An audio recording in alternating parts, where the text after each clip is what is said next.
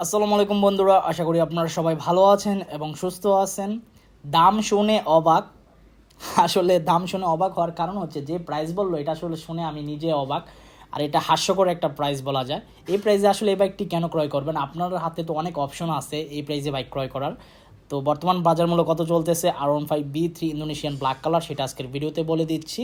তবে এখনও পর্যন্ত যারা আরমান সারোয়ার ইউটিউব চ্যানেলটি সাবস্ক্রাইব করেন নাই তারা অবশ্যই আরমান সারোয়ার ইউটিউব চ্যানেলটি সাবস্ক্রাইব করে ফেলবেন যেন পরবর্তী আপডেট নোটিফিকেশন পেয়ে যান।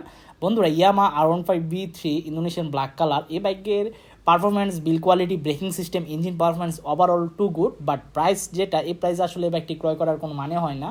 কারণ আপনি এই প্রাইসে R15B4, R15M বাইক ক্রয় করতে পারেন। বর্তমানে ইন্দোনেশিয়ান R15B4 বাইকের প্রাইস চলতেছে 6 লাখ টাকা আস্কিং প্রাইস। আর R15B3 ইন্দোনেশিয়ান ভার্সন বাইকের দাম চলতেছে যেটা B3 5,85,000 টাকা আস্কিং প্রাইস। তার মানে ব্যবধান হচ্ছে 15,000 টাকা। তাহলে কি আপনি 15,000 টাকার জন্য B4 বাইক ক্রয় না করে R15B3 বাইক ক্রয় করবেন? মোটেও না।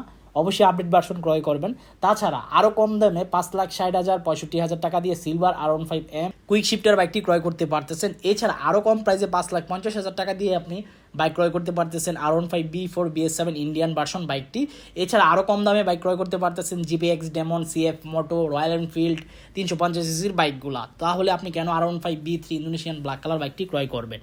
তো এই ছিল বাইকটির সম্পর্কে আপডেট ইনফরমেশন। আর দামটি শুনে এই জন্যই মানুষ অবাক হয়ে যায় যাদের টাকা নিয়ে কোনো প্রবলেম নাই, বান্ডেল টাকা আছে, তারা এই বাইক ক্রয় করতে পারেন। যে বাইক ক্রয় করলাম 2 লাখ টাকা 3 লাখ টাকা কম দামে বা লসে বিক্রি করলে আমার কোনো যায় আসে না, তারা এই বাইক ক্রয় করতে পারেন।